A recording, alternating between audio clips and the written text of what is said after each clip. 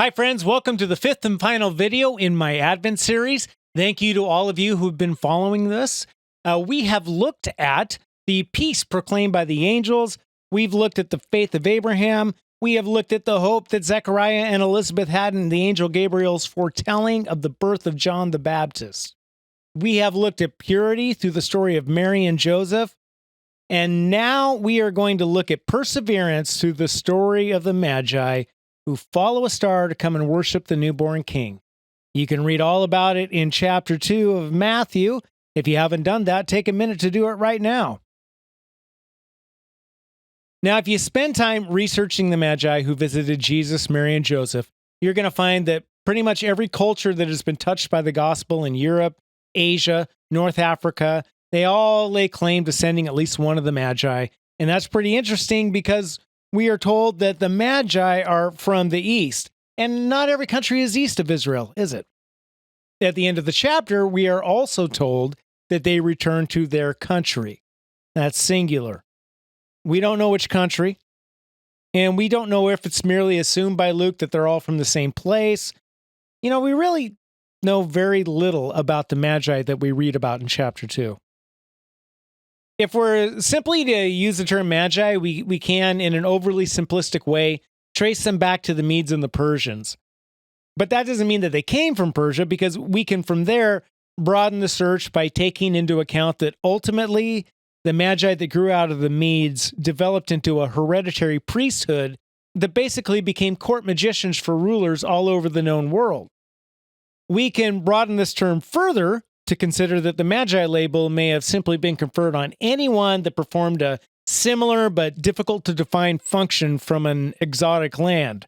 Writers are always looking for ways to describe things, and so if the Magi come from someplace nobody knows about, or multiple places like that, the people who told the story to Luke may have simply loosely used the word Magi because they had no other words with which to describe the visitors.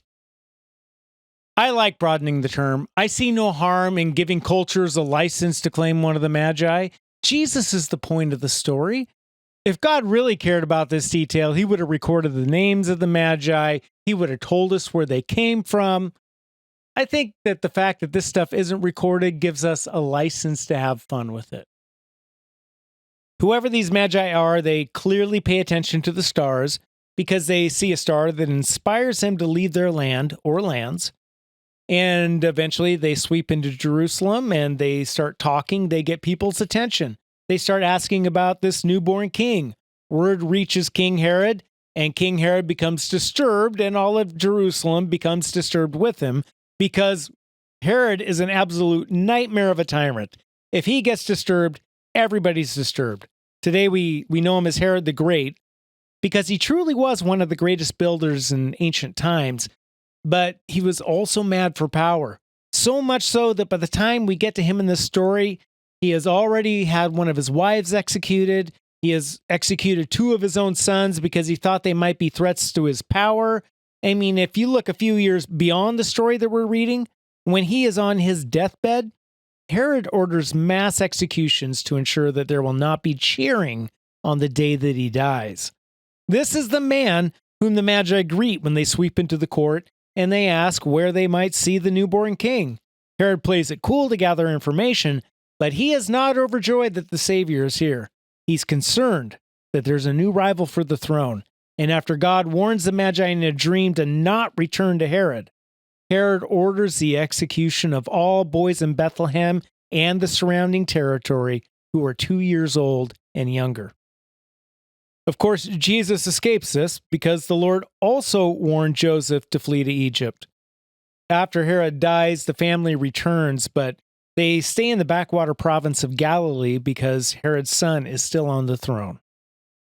One of the things that really sticks out to me in the story of the Magi is how much they risked just to worship this baby and give him gifts. They traveled a long way on dangerous roads. They weren't using cars, planes, or trains. They walked. They rode horses or camels. They traveled in slow carts drawn by horses, donkey, or oxen. And there were no AM/PMs on the way.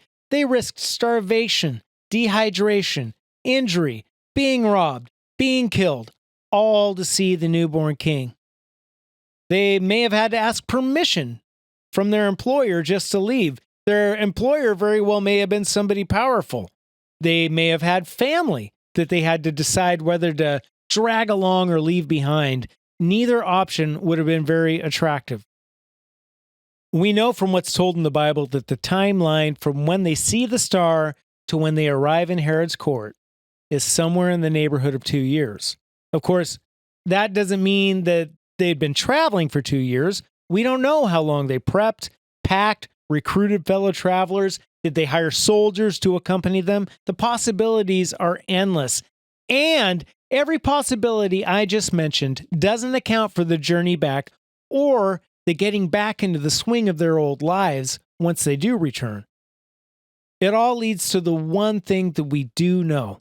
They heard about Jesus and they gave up much, including a significant portion of their lives, simply to see him and show him and his family how much they are worth to them. It's staggering to me. I think that one of the reasons that the story of the Magi affects me so deeply is that I know what it meant for God to call me to put down my job and to begin this music ministry. I know how long it took for me to begin to draw an adult salary again. And I know what that meant for my family. And really, it's nothing compared to what the Magi gave up to come worship this child. The song on the Nativity album that just came out, the song that goes with this story, it's called My King and My God. This song has deeply personal lyrics in the chorus. I left my life to worship at his side. I'm not just singing about the wise men there. I'm trying to tell you listeners what it truly feels like to seek after the Lord. The miles were not kind, but it was worth every step to see the one who gives us life. Every time I sing that, I feel like I'm giving voice to these Magi, that they're singing along right beside me, all of us meaning every single word. Contrast that with Herod, who hears about this threat to his power, a 2-year-old boy. Keep in mind that Herod is in his final years. He's not going to live long enough for Jesus to start growing facial hair. Herod is the king of Israel. He should be rejoicing that the answer for his land is here. At long last, the prophecies are fulfilled. But like so many people in power, all he cares about is staying in power. And he goes to great and terrible lengths to kill the truth. How do you react to the Christmas story? Are you like the shepherds who believe the messengers and leave their flocks to come see what it is the angels are singing about? Are you like the Magi who leave their life to come worship at his side? Or are you like Herod who didn't want the story to be true, so he does despicable things to try and kill it? Does this story threaten you? Wherever you're at today, you can choose to seek the Lord anew. Use this Christmas season to open up a new understanding of who He is and what developing a deeper relationship with Him will mean for you. It is truly the gift that keeps on giving. Thanks for watching. If you would like to hear more about the Magi, Pastor Myron at Journey Church Tacoma gave us a great explanation about it. Click on the link in the description below to hear more.